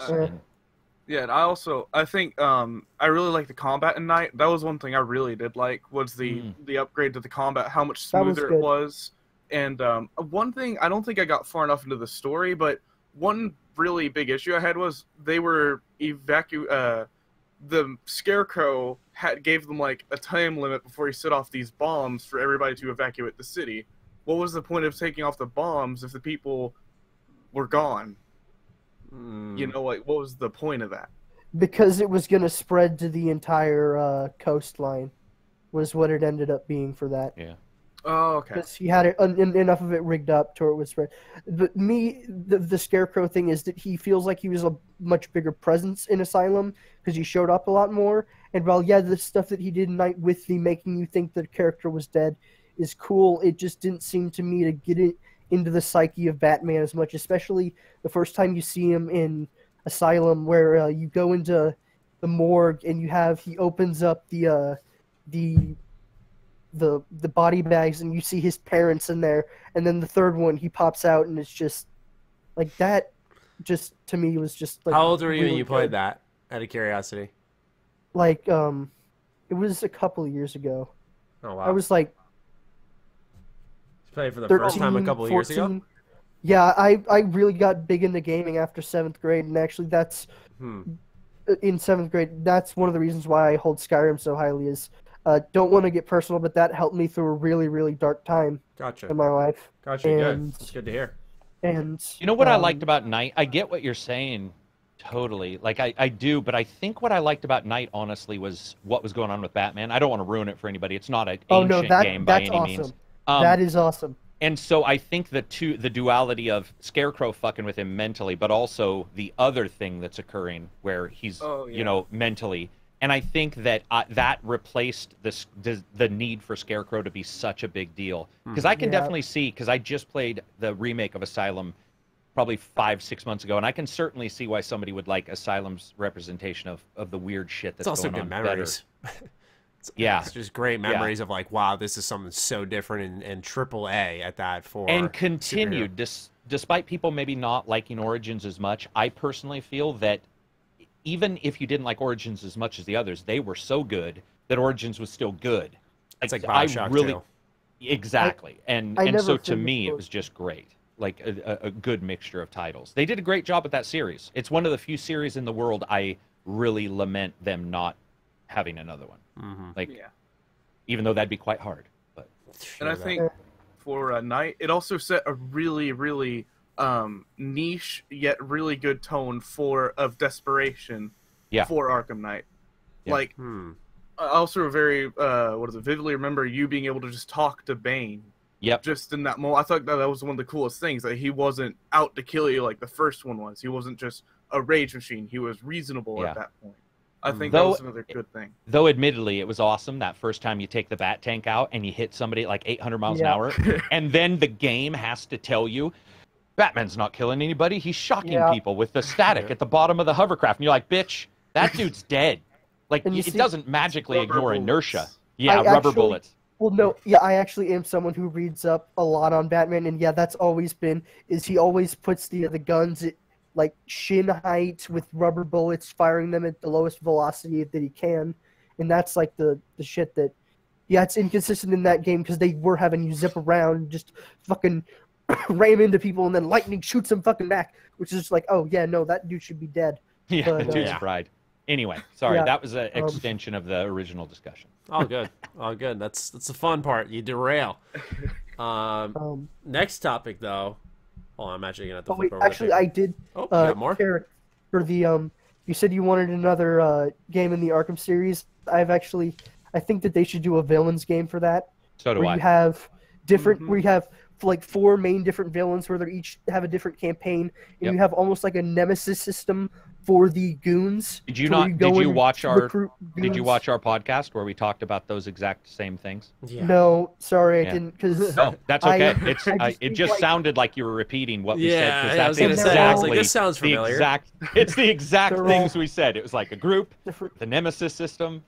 And I just like, you could have so many different villains. Like I'm thinking like Scarecrow, definitely Two-Face, Penguin, have all of those be different leaders of different gangs. And then, I think Maddie and I, though, I don't remember if we were alone that time. Yes, we were. I think we're alone now. But you and I were talking. Oh, you won't sing my intro, but you'll do that, huh? Yeah. Sorry. I gotta react. I can't act. But I think when he and I were talking, we did a long discussion about the difficulties of handling the morals of villains and making them a character that like people would play through the entire time. I think Batman's probably one of the easier ones. The Batman villains are the easier ones. But I think if I remember right, we ended up discussing all this for I feel like we almost did a video about it. But maybe it was just during the podcast. Pretty lengthy segment. Yeah, where we were like, in fact, I think it's named in your listing as like, should there be a villains game? Because I do believe that's where I think it was during our Spider-Man discussion. It was we had 2 episodes in a row of Spider-Man. Yeah. One was about the praise for the previews. The one before that was about, can Spider-Man change the future of superhero games? And we had went in on that and all types of games. Like, what about on the other side of things? I mean, if you're interested in villain games, there is Lego DC villains. super villains. I haven't. Well, I played that at E3. It's solid. But wait, what? I haven't looked into that, but I love the Lego games. I love the Lego. Hang on. Maddie's got to talk. You played Lego villains? Yeah. What? Ooh, do tell, please. Is Scarecrow playable? I imagine. Yeah, I'd imagine. Scarecrow's got to be playable. So. Sorry, I bought Injustice 2 because of Scarecrow. So. Horrible choice. I'm gonna be totally honest with you. I think that game's not that great of a fighter, but that's just me. Wait. Fucking Matty can't talk anymore. Yeah, And Matty for this discussion. Karak, you and I. I'm just joking. I love Injustice 2. It's only Matty didn't mind the single player. It was the multiplayer, right? Because projectile spamming most of the time, wasn't it, Matty? Community sucks. As far as community sucks. So I need to know about Lego Villains. Really, like what did you feel? So I liked how in the beginning you customize your character and it's like you're taking your mugshot for jail. Which is awesome. It's just like little charismatic touches like that. You choose your superpower in the beginning, and it was just weird at first because you're running around beating the shit out of cops who are trying to stop you from breaking out of prison. Okay. And then the next level, I remember you're climbing a tower and you're with the Joker and Harley Quinn, and you're still beating up more good guys. And I just thought that switch, it was like what we were talking about during that episode of the podcast. It's just, wow, this is different. You know, I like that. One thing I noticed was that some of the powers that you had, I had built a character that had almost like the Flash, like he had a super fast speed upgrade. So I was like running around just like rapid punching like everybody, just literally beating the fucking piss out of them. And it just like, maybe it's just because I knew I was the villain in this game, but it felt more empowering because they did something with the animation where some of them would have like a huge ground pound, some of them would like slide around with their guns and like shoot in an area. It was more, I don't think brutal's the right word for a Lego game, but it felt like you were really bringing the beat down to these people in a more heavy fashion. So you could just feel it. It's a feel thing. Is it still Lego Game & Heart? Yes. Are you still building a ton? Yes. Does it still have that many characters in the roster and you're flipping between them solving light puzzles? Yes. But there was just a different feel to it, and I think it's because of the animations have always been the strongest aspect of a Lego game, I feel. It's what brings the character to life because ultimately you're pressing the same buttons. You got your normal attack, your special attack. In this case, though, I think it was just that you were brutalizing some people. You know, like popping them in half. I have a question for you. Did you feel that the setup, or do you know this, that the setup is where you're the bad guys doing shit and then good heroes will occasionally come in as mini-bosses? Now, yeah, that's one thing. When I was playing, I don't remember any heroes coming in to stop me in like mini-bosses. Because the first level, you escape prison, and then the second level, you climb to the top of the tower and you like fling yourself somewhere, and then the demo ended. Okay. So I can't speak on that. I'm sure it ends up being like that because most Lego games end with the boss at the end of your stage, and you gotta take them out in a creative way. I don't remember if they said it was open world, like, because I had asked if it was open world, and the PR there was like City, sort of. Yeah, and they were just like, we don't know. I was like, okay, thanks, guys. Because I'm gonna tell you, the open city. I think Lego City is. I just absolutely love that game, and it's got some issues graphically, but it the open world element of it was great. Marvel Superheroes 2 you played is fantastic. Is that an open world, Matty? Yeah, it is. It is. Well, it starts off in like little segmented parts, and then the world like comes together. Because remember, when you start off the game, it's like this green eyesore of like barriers separating the world, and then it finally goes away, and you're like, who the fuck thought that was a good idea from the start? Okay. Yeah, that's true. I remember that now. Okay, because I only played a couple hours of that. You did it for review, and you liked it, right? I did like it. I did like it a lot. I can't wait.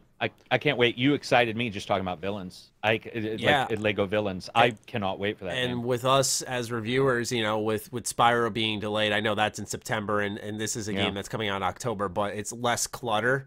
It's it's one of those one more things where I might actually be able to take that game on now for a review during such a busy time. Yeah, because they ain't short. If you want to like really break some stuff down for people, they're not necessarily small. Exactly. It's kind of like what you see is you know what you're getting, and you just got to explain it to folks.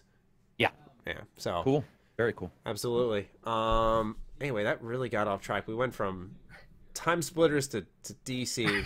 But you know, that's like I said, that's the beauty of the podcast. And now our last bit of news is Dishonored is officially resting. So there was an interview done by Video Game 24/7's Kirk. I'm gonna try to say your last name. Mckeand, Mckeand. Mckeand. I'm gonna try it again. Mckeand. That sounds better. With Arcane's lead designer Ricardo Bear, had him state that Dishonored is laid to rest now. Arcane is open to exploring ideas outside of their standard first-person immersive sim, and they want to incorporate more multiplayer elements while still focusing on the world building, creatively charged abilities, and levels of design that they are known for. So we have a company that's pretty much experimenting with new ideas. What do you think about this? Good. Look, just give me another Prey. Just give me a Prey 2. I agree with that. After Moon Crash, yeah. Just give me that. I want that. I loved the first one. It was my favorite game of last year. Just come on, guys. Make more of that. And Dishonored was really good. I finished 2 earlier today just because I got through most of it, but never ended up finishing it. But I just knocked it out today. And those are good games, but I don't know. I felt like I liked Prey more. It's probably just because with Prey, it felt like it also was scratching the System Shock 2 itch that not many games have ever scratched. I don't know if Karak, was that one of the reasons why you liked it? Did it? Well, I'm trying to remember why we're mentioning Prey. Is it also the same developer? Yeah, well, it's Arcane Austin versus Arcane Lion. Okay, so I consider them separate, but I get what you're saying now. Okay, I was trying to figure out why that was being brought up. But I agree. Yeah, that makes total sense now. I just think that Dishonored, the Mark of the Matty, you played it, the DLC. Death of the Outsider. Yeah. I think that Death of the Outsider obviously proved they can make a good game. Matty really liked it. Everybody I've talked to said it was probably better than the other two, the actual games. And I personally have never really loved the Dishonored games, and this last one had so many bugs and all these weird issues. And so to me, laying it and saying it's on hold is one more thing that I've been noticing about Bethesda, and noticing just overall how they've been handling things, is like the review policy. They just sort of admit, oh, we're not doing that review policy anymore that everybody hated. And you're like, okay. And then it's like Dishonored. You know what? We're holding off because that's not working. So it feels to me like they're making some really good decisions, despite the other ones that I always hammer them for. I like these decisions because it doesn't push something that's not working, but it also doesn't say, we're done. It's just like, that's not working right now. And to me, with their sales of single-player games not doing so well, because Prey did not sell well, so to me, I personally feel that it makes sense for them to do that and let them go out and try something different. I'm not going to say I'm happy about the multiplayer thing I just heard, because I didn't hear that originally. I'm not happy about them saying it was an example was like there was this game they were working on called The Crossing, where you'd think of a level of Dishonored, but you know, people in the real world would come into your game and try to stop you from completing the story or some shit like that. Stuff like that. So you're still playing your single player game, kind of like the Doom invasion mode, that type of stuff. Where somebody can come in. Yeah. They said that they were experimenting with stuff along those lines. But does that change your opinion at all? Those types of multiplayer elements? It doesn't change it. It just makes it a little tiny bit less interesting, because I think that they have some of the single player stuff down, and I like their world. Dishonored's world makes me want to play it more than the gameplay does, if that makes sense. I get that. Like, I'm more like, oh, hey, what's this? I like Thief. I like Deus Ex. I like any of those style of games. I like Prey. Like, those are the kind of games I really do like. I just feel that the multiplayer element, I mean, it's up to them, but it doesn't necessarily speak to me as much as if they said, you know, we're working on something else, and it was Bioshocky / Dishonored. I mean, I still think that one of the best designed levels I've ever had the chance to play was the Dunwall Streets in the first Dishonored. Just something about it, man, I really, really liked. You know, it always sticks with me. I think it was just the feeling of being able to go inside buildings, steal people's stuff, leave that building, then go to, you know, find my way through the gate to the estate mansion thing. I forgot exactly what the building was. And inside there is like a whole new puzzle. That was when I was like, wow, this is intricate, deep level design. And I'm glad that they emphasize that they want to focus on world building, giving players those abilities and saying you do what you want, and level design. Because that's what they're so freaking good at, man. Even Prey, which, you know, I really admired it for that level design, even though I didn't like the final act of the story. I thought it got just a little chaotic. It was still such a well-designed game. And that's why I'm so in love with Moon Crash, because it takes those incredible designs, those incredible mechanics, and that's all it's about. It's all on the forefront. Robert, have you played Moon Crash? Oh yeah. I have. Yep. I haven't finished it yet, but I have it, and I've been chipping away at it. I still don't have the the girl who sweeps, like I forget what her name is. The engineer? No, not the engineer. The spy or the janitor. Oh, okay. Yeah, the janitor. I don't have the janitor. I got really close to the end for that, but then I broke my character's legs. And I jumped too far. But funny story about Mooncrash. While we were at QuakeCon playing at the Mooncrash booth, I totally broke the game because you know how you're supposed to die at the beginning with the thermal mimics? Yes. They were just normal mimics for me, and so after I killed them, I walked out, and my character had fly abilities. I could just fly everywhere, so I was hitting a telepath with a wrench. It was ridiculous. Or a technopath with a wrench. It was ridiculous. I found it hilarious because they tried entering the console command to walk, and it just wouldn't let me walk. I just kept flying. It was beautiful. That's awesome. And you're going to hate me about this little bit of Dishonored. I was one of those people who first played it, and I just couldn't get into it. And so because of that, I just never played the second one. I tried to go back to the first one multiple times. I just got halfway through. I was like, I don't know why. That game never clicked right. Sometimes it just doesn't, because there's a little bias for me just because I love Dishonored. So for me, it's hard to imagine, like, what don't people like about this? It's a really, like, I just think it's the best stealth series out there. That's why I like it so much. You know, when I think stealth games, I don't think of any other series. I don't even know a fucking good stealth game that's come out. I think one of the main reasons why is because if I tried to stealth, I always fucked up, and then I'd go, oh, whatever, and then I'd want to restart the level every time I messed up, and I think that's part of the reason why. You gotta be able to accept your consequences. It boils down to you. It's not the game. I had a stealth game that I would have said, but it actually came out just the year that Dishonored 2 came out, and that's Deus Ex: Mankind Divided. I say out of those type of games, I love Deus Ex, even though the first one is too crunchy to be played. In Karak's words, it's too crunchy. But I love that series. I love Human Revolution. I love Mankind Divided. That's where I go for my stealth personally, and just like doing that and being able to. Especially with Mankind Divided, where they added like the taser knuckles to where you could do non-lethal in such a badass way. It's just like that's one of my biggest problems with Dishonored. You want to be non-lethal, you can't use your left mouse click. You can't use your main button because you're killing people with your sword. It's just so limited to how you can do things non-lethally. And shoot sleep darts. Yeah, but you can only hold 5 sleep darts as opposed to like 20. You can buy upgrades to hold more, and you can use shock nades to choke people out. Like I'm diffusing your argument right now. You've lost before it started. You know what's crazy to me? Because Maddie and I have talked about this with Dishonored in particular. I do not like the level design in almost any of the Dishonored games, but it's only one particular element, which is those fucking electric door gates or whatever. Yeah. I fucking hate those too. And then the random walls in the middle of a road, which looks like Gears of War. Like every time I play Gears of War, I always have to turn off my brain and be like, yes, there's going to be something to hide behind. And it's not going to make sense. Just deal with it. Yeah. And I remember playing the first Dishonored, and I came up to one of those walls, and I was like, the fuck is this wall doing here? It's like literally a dick wall. It's like you would just run and smash your balls on it. There's no, it doesn't do anything. It's not there to stop cars from parking. It's fucking in the middle of it's just, or not the road, the path.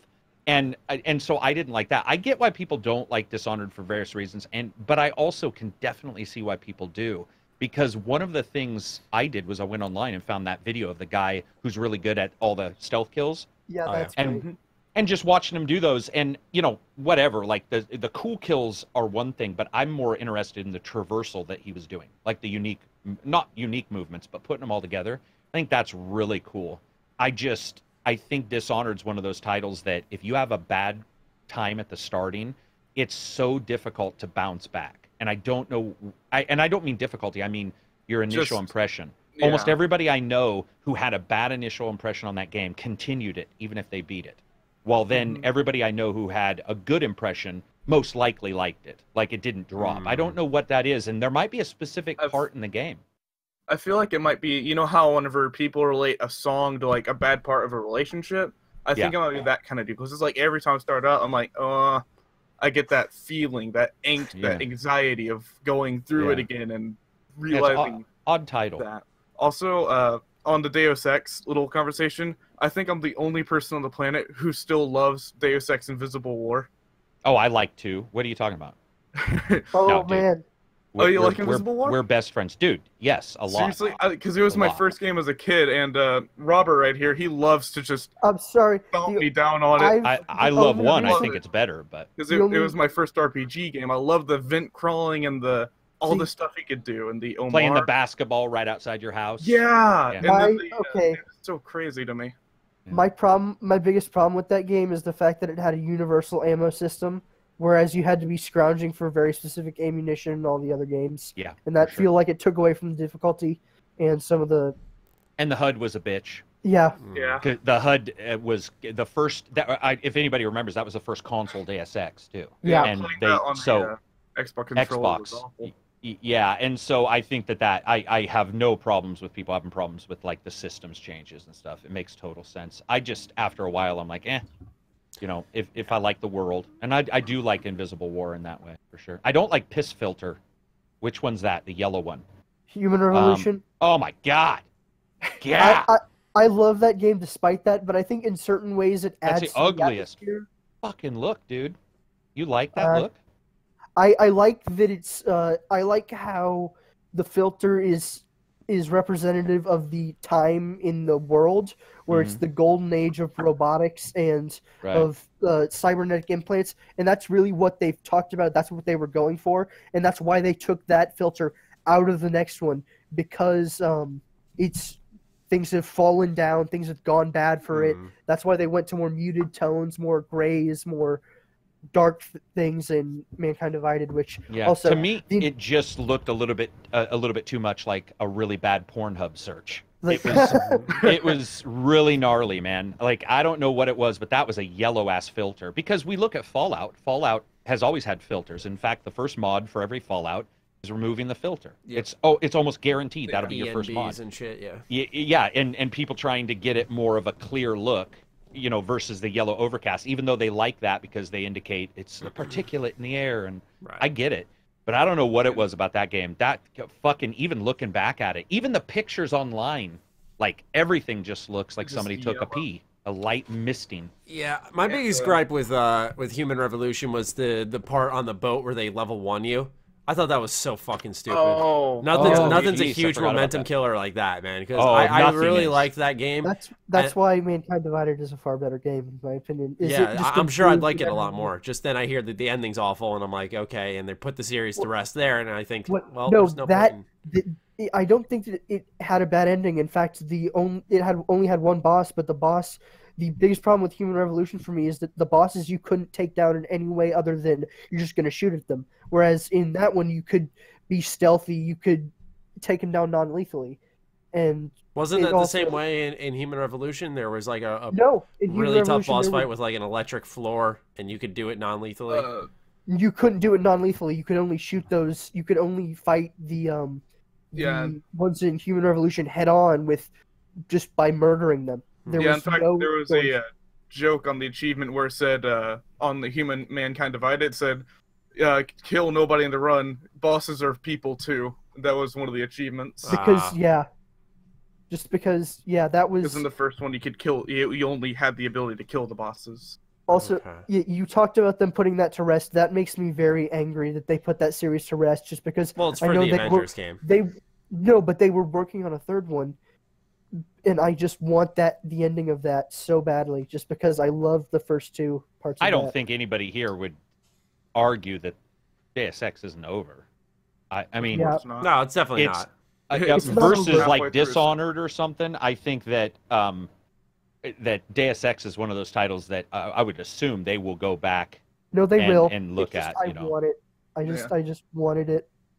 And Maddie's right. Marvel has taken over such Phoenix. a large Yeah, amount. that- there's an article by Eurogamer I'm looking at right now that says don't expect another big Deus Ex game anytime soon. Eidos Montreal busy with Tomb Raider, Avengers, and Guardian of the Galaxy projects.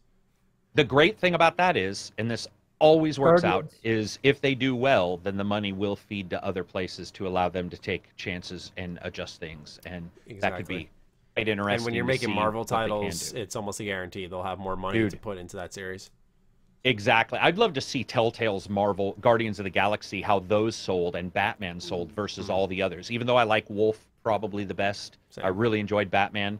Guardians I didn't like, but I bet you they sold better just because they are, right? It's that crossover. It's and the excellence of that. So yeah, that Marvel money is going to start just smoking in.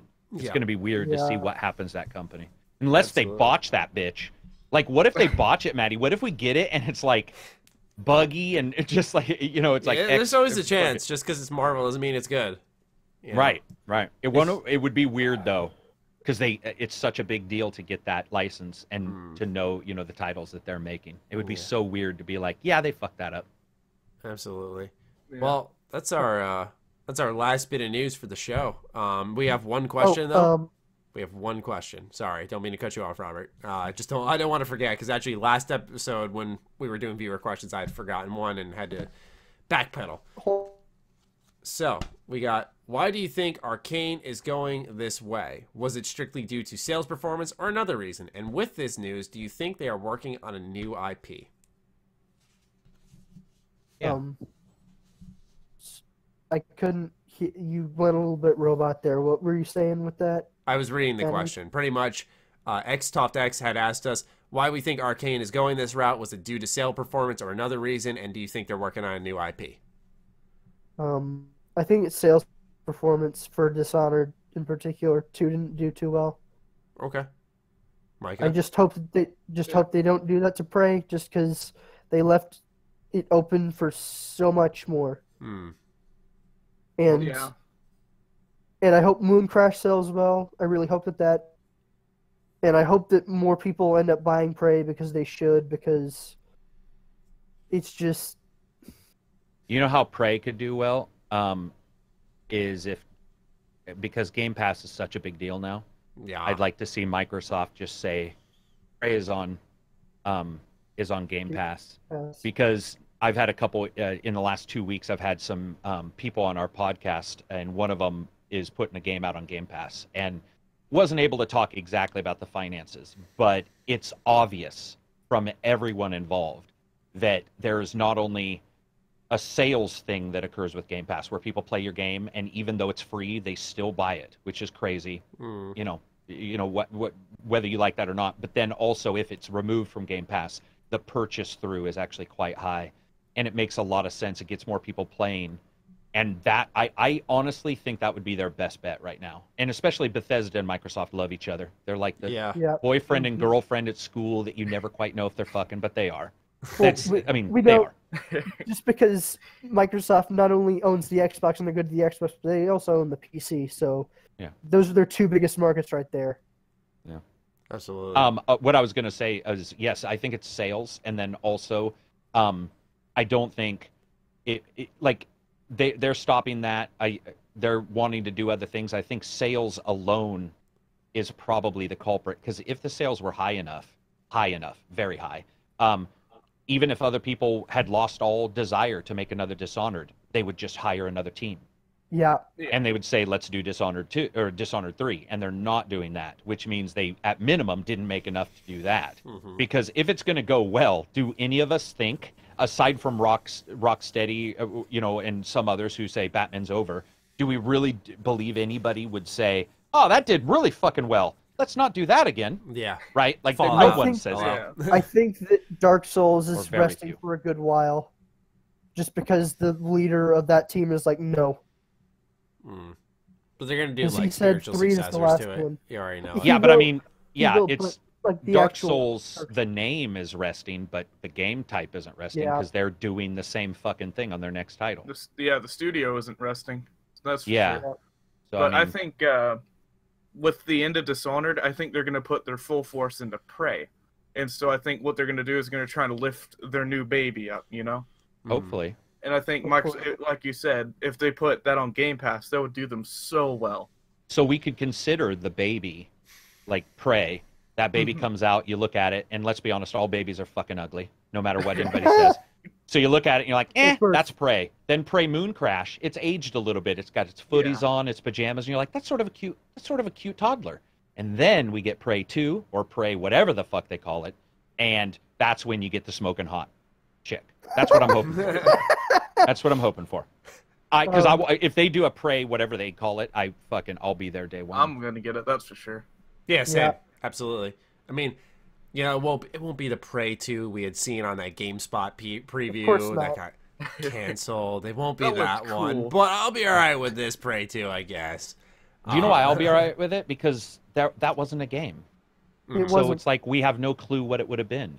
No, I'm being facetious. I know you are. I know you are. Sorry. And I do know you are because you've mentioned that multiple times. I apologize. I was just more saying for anybody watching. Well, I feel like not for you, but more so for the audience who's like, shut the fuck up, Matt. God, why don't you just die already? You know, like that type of shit. That Bounty Hunter was the best game ever. It was fully done. You know? It did look good, but yeah, it did look good. Look smoke. Yeah, who knows if it was gonna be the that type of game the whole way through. I have a question before we end, just real quick. Go for it. Does anybody think? Do we really think Batman's done? No. No, of course not. There's gonna be something Batman. No. I don't mean something. I don't mean something because that would be dumb. Yeah, I'm not saying that they magically pretend Batman is done. What I'm saying is, do we think that style of game, a Batman title, that is pretty much fitting to those, you know, the gameplay mechanics we saw, do we fully think that Batman is done? And that they won't figure out a way to come back? Go ahead. Sorry. I think that as of right now, it seems like it, but with I hope y'all are aware of how readily and stupidly they can retcon anything in comic books. That's what I'm saying. Because everything can change. I also, I want to talk about villains I think should show up in the Spider-Man game, just because there are some top-tier Marvel villains that are untapped and should be in a game. Yeah. What about you, Matty? Like, do you think it's done? Because I don't know why, dude. I'm just waiting for them to say, you know, have the cow come out at an E3 and be like, Batman... The secret ending at Arkham Knight indicated it was anything but done, you know? Like there was that's why I'm confused. Something else going on. But what did that secret... No, I don't want to ruin it for anybody. I think personally that it's kind of like Spider-Man. It kind of went away. Nobody talked about it. And then you look at the new one. Everybody's like, oh my god, look at the new Spider-Man. This looks amazing. I think once people start craving Batman again, after maybe, let's say, 4 or 5 years from now, there will probably be people going, where's the next Batman game? Where's the next, like, the old Asylum City games? And everybody's going to start talking about it. And the studio's going to be right back jumping into it and just say, yeah, we got it. I think it'll be like that. I don't even think it'll take that long. I don't either. I'm just saying, for example. I just feel like in our industry, it's always action reaction, and especially with Marvel and DC, it's like Marvel does something, what's DC doing? DC does something, what's Marvel doing? And I especially feel like in this case, people are going to play Spider-Man PS4. It could be good, bad, horrendous. It could be whatever. People are going to be like, well, what's DC doing in reaction to this? And I feel like we'll see sooner rather than later something outside of the Lego games that DC typically does. I think what will happen is, I don't think Batman's done. Absolutely not. I think they've made a lot of money on it, but I think it also showed that they have evolved Batman to his highest potential that is really possible to do in a game. I think that what they do is they move on to a different hero and show how they can be cool. Because Batman, we've seen cool Batman games before, but Arkham really got it done. And so I think what they got to do is focus their talents elsewhere. You know, kind of like we were talking about Dishonored on rest mode. Right here, put Batman on rest mode. People will want Batman. There's no doubt about that. And bring a Green Arrow. Yeah, Green Arrow. Bring a Flash. I would love to see a Flash game somehow. I feel like that would be a little too, I guess, horizontal. There'd be no verticality to that because he doesn't have like the jumps or the grappling hooks and stuff to get around. I would think a Daredevil game. Actually, no, he's not DC. He's not DC, but right when you said that, that was like that really clicked with me. So that's not a bad idea. I was thinking a character that's been in the Arkham games and was playable in like challenge modes, but Nightwing or Catwoman. Or Catwoman. I would play a Catwoman game. Yeah. I would fucking. What if Catwoman would be all over that? What if they do it post Arkham Knight in the absence of Batman? right? And it's like Catwoman is the villain, and you do No, a but- villains, but it's not villains because it's Catwoman who's never really truly evil. That Didn't could be they cool. imply that those two were like going off together at the end of that? Well, yeah, we don't want to talk too much about it. Sorry. Yeah, there was no. That's all right. That's all right. Yeah. I mean, I don't know the full secret ending, but I'm able to put those two together just based off what they were, how they were acting at the end of the game. Right. Yeah. I don't know, man. I Green Arrow, like Maddie said, I don't mind him holding off on Batman coming back and saying it's a young Batman, it's noir Batman. I'd be all over those. Also, yeah, Green Arrow would be. I think Flash would be easy now because we have DC Online, which is the superhero game that's online, the MMO. Yeah, and they DCU. have speedsters, and I play that game all the time. They have speedsters that can run right up the side of the building. Oh, so okay. I think, yeah, and it works. I gotta say it. You almost don't feel slower than somebody flying, like because you can leap because of the speed and momentum. It's a fantastic game, and so to me, I feel that would be very cool to have. Imagine having just learning, right? You're a young Flash, where maybe you don't have all Kid your Flash, advanced powers, something like that. Kid Flash, and you're picking up on how to go faster, and sort of understanding everything. I think combat would be pretty overpowered, though. I mean, Jesus. Yeah. Can you imagine that fucker Just- beating up a bunch of thugs? It'd be devastating. Like they're just and everybody's Yeah, dead. just- You're yeah. like, all right. All the fights last less than a second. That's what Maddie and I talked about. We talked about Green Arrow, and I said I wanted him to be able to kill. And that's what got us into the discussion of a villains game, because we were talking Yeah. about Green Arrow's best seasons for me was when he killed people. And I didn't know if DC would feel comfortable with that. But a darker, grittier, R-rated Green Arrow based in like Batman-style stuff, but an Oliver who was killing people, I would fucking be That there. would, That'd yeah. be cool. Yeah. That would be Absolutely. And not done in jest, because like we've seen our M-rated games like Deadpool, which wasn't good. I mean, there was the Wolverine game, which was so good, and that was Well, hold up. let The Logan the brutalize everyone. The Deadpool game was fun. It was fun, but it got boring after a time. Yeah. Like the comedy was good, and then halfway through the game, it just felt empty. Yeah, Yeah. I entirely agree with that. It was like, it was a popcorn game is what I called it. I knew I was not buying into something amazing. I didn't expect something amazing, and I got exactly that. So I enjoyed what I played, for sure. But what were you? Finish your thought, Maddie. What were you? Because you were building up to something there. I was And just wanted to saying hear- that I don't like, if we want a grittier game, because we've seen our M-rated games on two sides of the spectrum when it comes to superheroes. We saw, like I said, Deadpool, which was, a little bit bloody, but it was more so M-rated because it was just immature humor and all that bullshit. Whereas we've seen really gritty M-rated superhero with the Wolverine Origins game, where he's literally like dive bombing people with his fucking claws and ripping people in half, that type of stuff. And I'm not asking for that level of gore, but I think that we have a chance of seeing that because of those types of games existing with a Green Arrow. I don't know why I almost said Dark Arrow. I don't know, where would that even come from? Dark Side. Dark Knight. No, Dark Knight and Green Arrow mixed together. There we go. Yeah, I was like, where you got it. What am I thinking of? Yeah, and you know what? It's because in Mega Man X8, there's this power you can get called like Black Arrow, which is like it's a literal dark arrow that you shoot out. Oh, what about Black Lightning? Just joking. I don't want a game based on that.